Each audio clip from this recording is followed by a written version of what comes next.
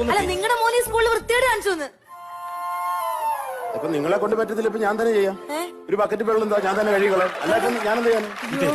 എന്താ അല്ല വൃത്തിയോട് കാണിച്ചോ, എവിടെ വന്ന് കാണിച്ചോ? എന്റെ മാഷ് വന്ന് പറഞ്ഞോടുത്ത അതെ, നിങ്ങളുടെ മകൻ മുരുകൻ കൂടെ പഠിക്കുന്ന നിമിഷ എന്ന് പറയുന്ന പെൺകുട്ടിയുടെ പേരും കൂടെ ചേർത്ത് മുരുകൻ വിത്ത് നിമിഷ എന്നിട്ടൊരു ലവ് ചിഹ്നം വരച്ച് ഒരു അമ്പ് വിടുന്ന പടം നമ്മുടെ മൂത്രപ്പുരയിൽ വരച്ചു വെച്ചു. ഇതേതോ ഒരു വിദ്യാർത്ഥി ഫോട്ടോ എടുത്ത് വാട്സാപ്പിലായി ഫേസ്ബുക്കിലായി നാട് മൊത്തം പരക്കെ പാഞ്ഞു. ഈ നിമിഷ എന്ന് പറയുന്ന പെൺകുട്ടി 5 ദിവസം കൊണ്ട് ക്ലാസ്സിൽ വരുന്നില്ല. ഇതിനെ കുറിച്ചൊരു സമാധാനം ചോദിക്കാനാണ് നിങ്ങളെ വിളിച്ചത്.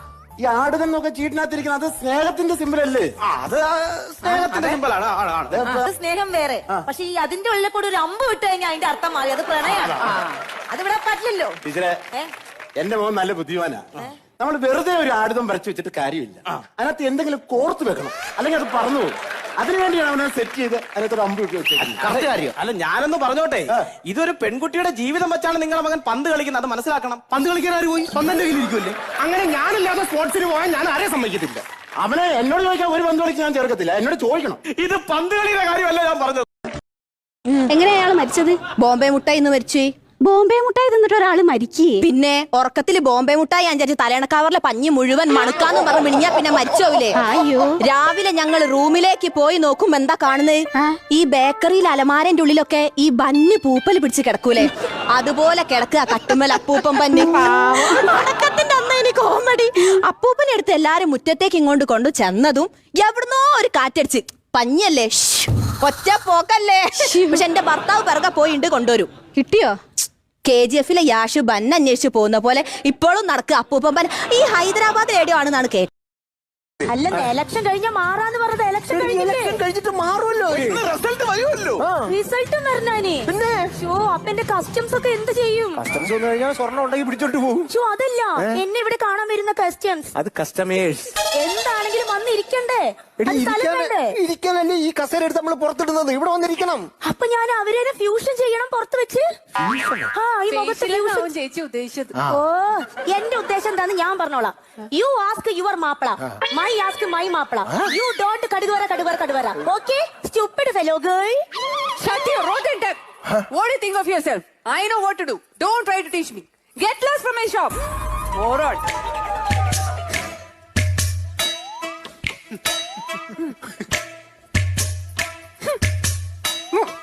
എന്തപ്പണ്ടായേ? ചേട്ടാ, ഞാൻ ചേട്ടാന്നാ വിളിച്ച, പൊട്ടാന്നല്ല.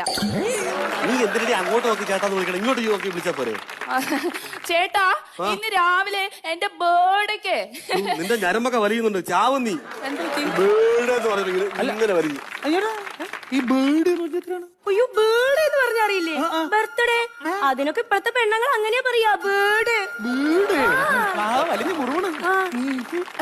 എന്റെ ബേർഡേക്ക് ചേട്ടൻ ഒരു പുതിയ ഷർട്ട് എടുത്തില്ല. ഷർട്ട് ഇട്ടിട്ടുണ്ട്.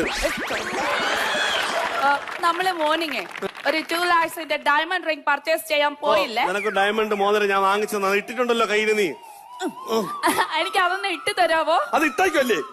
ഇട്ട് തരാം. അവിടെ കാണട്ടെ. ഇതിനൊക്കെ കടകളുണ്ടോ?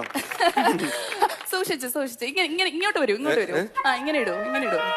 സൂക്ഷിച്ചിടൂ.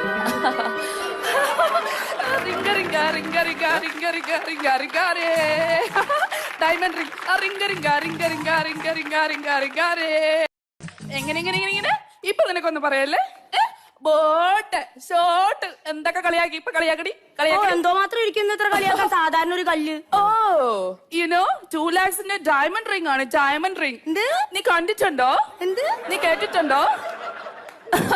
2 lakhs. നിന്റെ ഭാഷ പറ, ഇതൊന്ന് പറഞ്ഞു നിനക്ക് മനസ്സിലാവില്ല. 2 ലക്ഷത്തിന്റെ മോതിരാണോടി? 2 ലക്ഷം.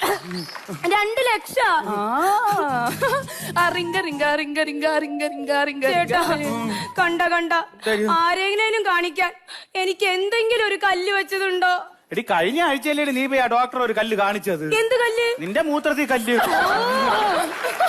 Very funny.